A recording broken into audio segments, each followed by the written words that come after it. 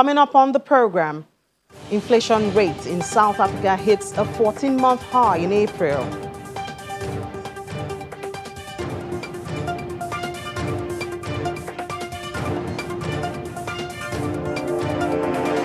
Ghana secures 170 million euro for Development Bank Ghana.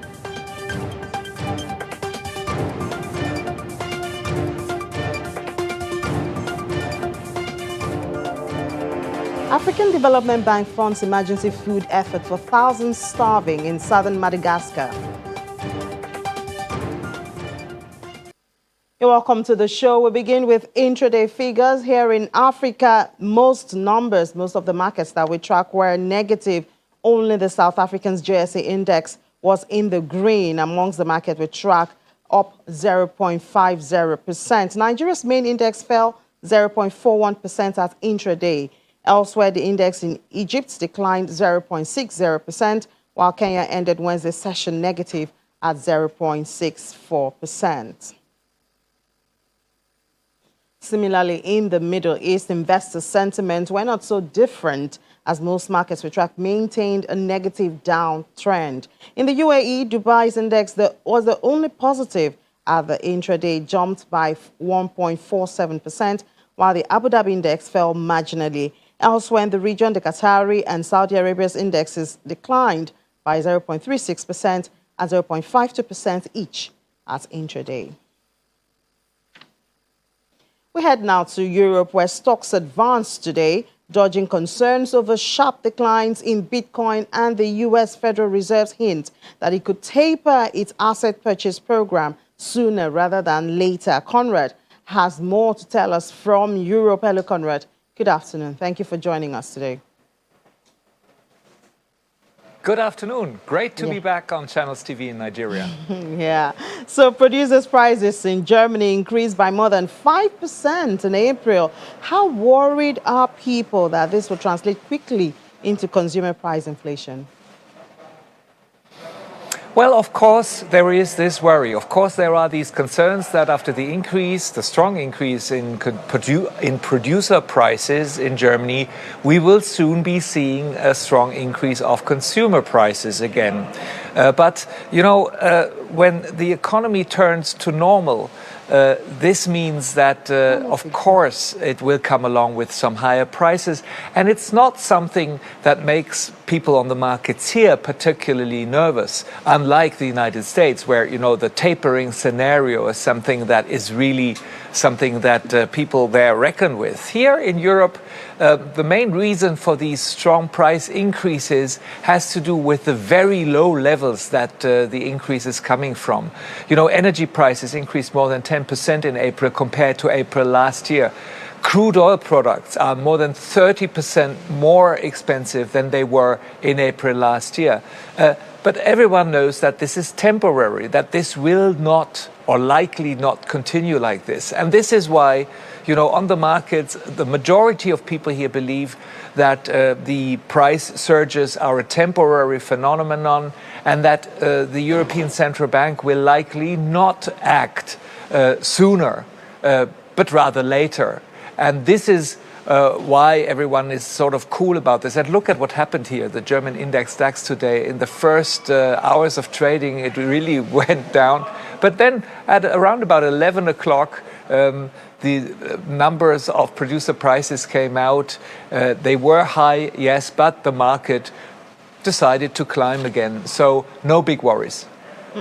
Okay, so we'll see how far or how high it climbs. In the middle of a worldwide shortage of computer chips, consolidation talk is becoming active among computer chip makers. Shares of Nordic Semiconductor have climbed on a record high because of this, Conrad. Tell us more. What's going on? Well, yes, the increase in the shares of Nordic Semiconductor this morning was 13%. And this because of a newspaper report from Milan, which is Italy's financial capital and, by the way, the partner city of Frankfurt. The newspaper reported that the large Franco-Italian computer chip maker ST Microelectronics was interested in taking over Nordic Semiconductor. Now, the CEO of Nordic denies any talks, but as you know, on the markets we have this saying, where there's smoke, there's fire, and that's why many investors today are really jumping on the story. And you know, a certain amount of consolidation in the computer chip sector makes sense. The computer chip makers for many years have cut costs enormously, so much so that now they find it difficult to deliver to the increased demand in computer chips. Now, this demand might also be temporary. It has a lot to do with the corona pandemic and an increased demand of many people for new computer hardware. Apart from this, where is growth supposed to come from? Now, mergers and acquisitions, of course, is an obvious thing to think about. Well, the Swedish plant-based milk maker Oatly is having its IPO today on the Nasdaq exchange. The valuation for the company is $10 billion US. So much money for an oat milk maker. Is this a crazy valuation or is it adequate? I think it's crazy, and I can tell you I'm not the only one who is thinking this. I talked to a number of people here at the Frankfurt Stock Exchange who also think that a $10 billion valuation for an oat milk maker is exaggerated, even if, you know, the company has the backing of very prominent and famous investors like Oprah Winfrey or Natalie Portman. But, you know, Oatly doesn't, this maker of oat milk doesn't really have a unique selling proposition. There are many other oat milk or cereal milk or almond milk products. It is a mega trend, that's true. And it's also true that Oatly's product can be found in virtually every organic supermarket in the Western world. Still, the business case is really not super convincing. And that's why at least the people I talked to here in Frankfurt are telling me, be careful with this share when it goes public today. One thing is worth noting also, the company has basically the backing of a Chinese investor. It's the majority shareholder. And it has to be said, Chinese investors in the past often had a tendency to go for, you know, overblown investments. So careful, I think, is the word of the day here. Yeah, caution, caution, caution. Well, thank you so much, Conrad, for sharing your thoughts with us and updates on those reports this afternoon. Enjoy the rest of your day. Well, we move over now to London. Now, a lot is happening there, and Juliana is there, as always, to bring us up to speed. Hello, Juliana. Good afternoon. Good afternoon, Ine. Yeah. So Britain's factories have racked up their fastest growth since the end of 2018. But this also comes with fears that supply chain bottlenecks will drive prices higher. What's the forecast following this development? Yeah, pretty interesting data released by the Confederation of British Industry. They've done their latest survey speaking to about 272 factory businesses, and they're all showing signs of improvement. As you said, they're reporting pretty swift and robust order books going back to the last quarter, showing that manufacturing really is on the increase. And we've seen this with the latest PMI data showing record highs going back pre-pandemic. One of the only issues is this data hasn't alleviated any fears about the rise of inflation. The CBI head says they are starting to see an increase in the cost of materials, particularly commodities. I heard you speaking to Conrad in Frankfurt, and there are two kind of sentiments with this. There are those who, you know, are a bit worried and do believe that this could have more of a downward trend over the next couple of months. And there are some that think, you know, this is just because, of course, there's lots of monetary policy floating around global economies at the moment. And perhaps this is just that they're pumping so much money in and that it will soon settle. So there are some concerns. But, you know, this is a great day for manufacturing here in Britain. And I believe the PMI data for manufacturing in the month of May, we should have some flash PMI data early next week. Oh, okay. We'll be looking forward to that. Well, it's also an exciting day for you guys there with the ease of the restrictions, and the number of online job vacancies have risen again. Shops and hospitality businesses reopen, transport and logistics firms, they keep hiring. How quickly are these vacancies getting filled?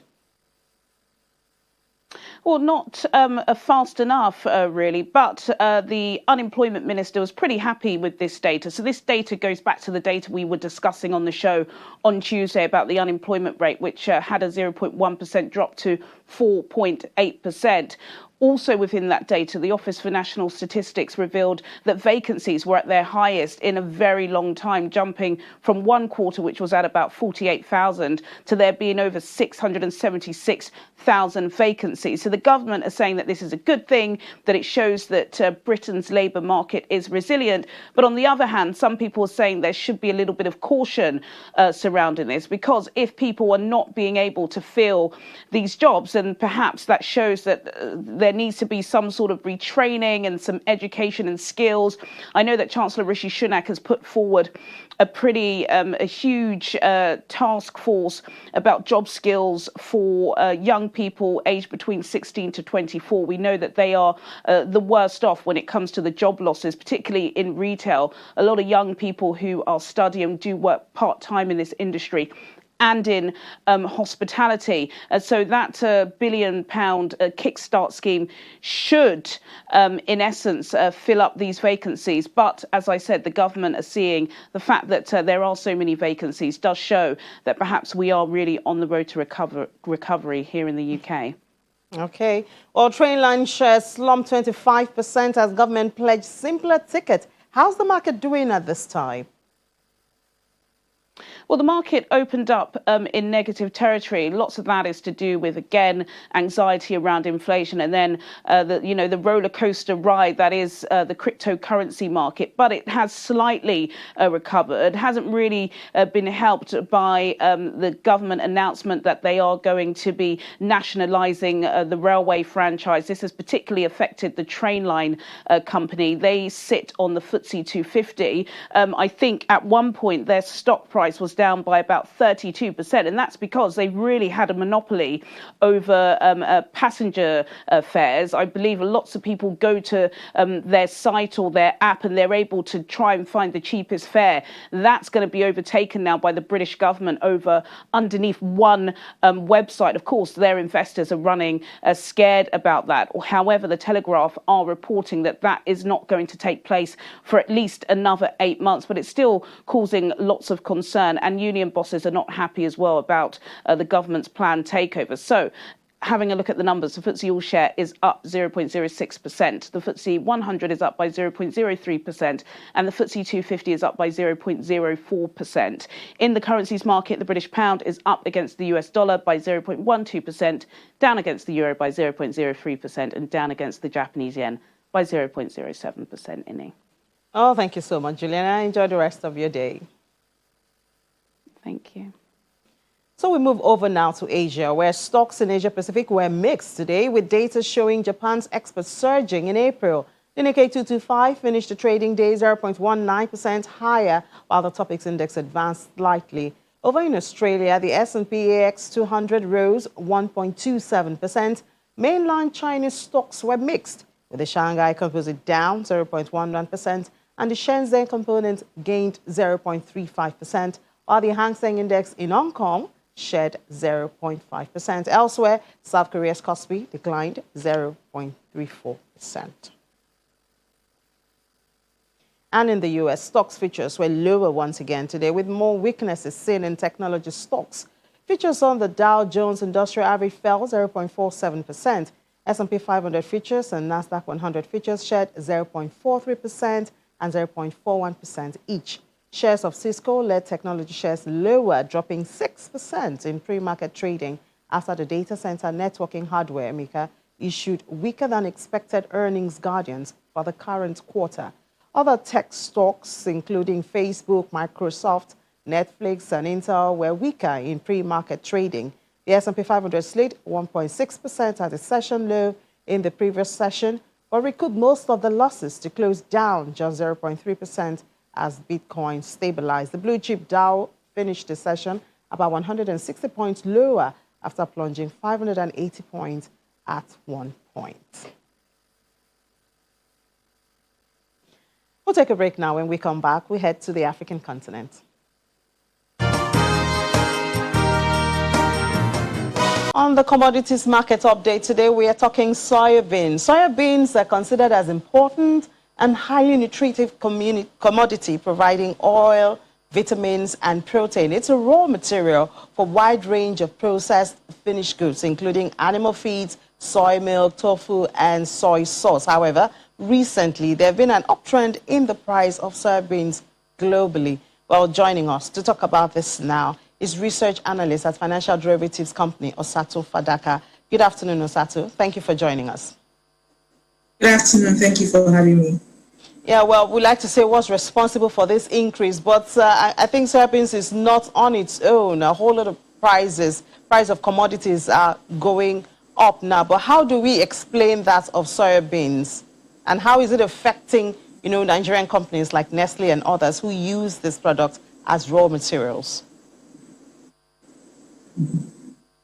The increase in the price of soybeans can be linked to the supply gap, meaning that there's more demand than supply, especially after the pandemic, when a lot of people were more health conscious and fitness conscious.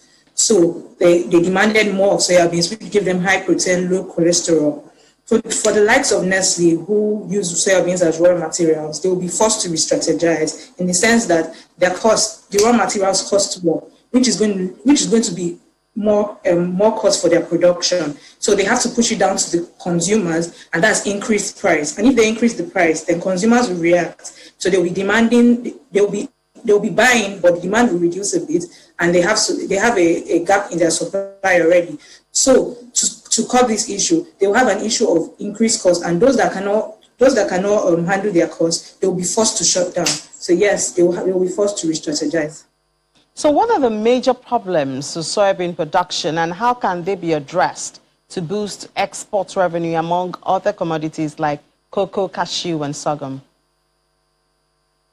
The major problem with soybeans production is lack of investments. There's also a problem of pests and insects. They also have now we're seeing poor agricultural processes, and even the vandalization due to the herdsmen and the farmers' prices is destroying the farmland. So to curb this, you have to invest. You invest not only financially, but also non-financially, giving them more instruments so that they can plant, educating the farmers on more productive ways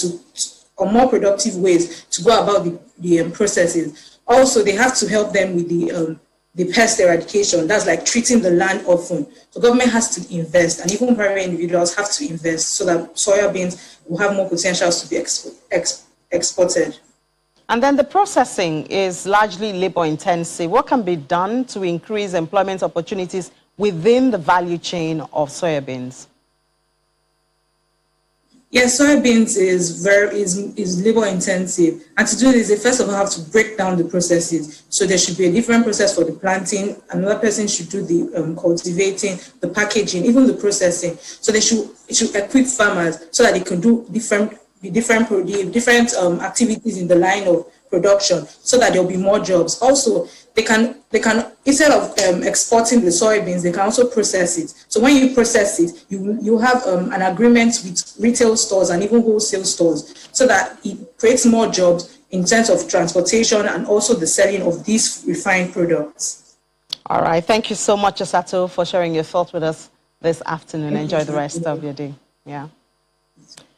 So moving on now, consumer prices in South Africa have risen to their highest in more than a year as inflation hit a 14-month high in April, mainly driven by rising transport and food prices.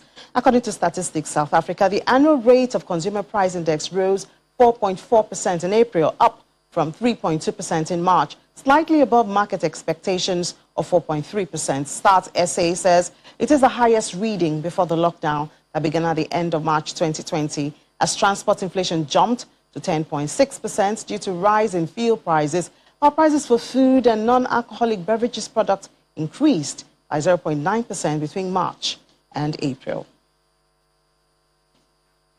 The Ministry of Finance and European Investment Bank have signed an agreement for the provision of a €170 million facility for the establishment of the Development Bank of Ghana, DBG. DBG is an integral feature of the 100 billion Ghana cedis CARE project, which is seeing to the revitalization of the Ghanaian economy following the onset of COVID-19. According to the Ghanaian President Akufo-Addo, the Development Bank Ghana is going to play a very important part in the rapid economic transformation of Ghana. On his part, the president of the EIB notes that £170 million, the largest facility provided by European Investment Bank for the establishment of a development bank in Africa, will help to unlock opportunities for growth in Ghana, as well as assist in the rapid recovery of the Ghanaian economy from the ravages of COVID-19.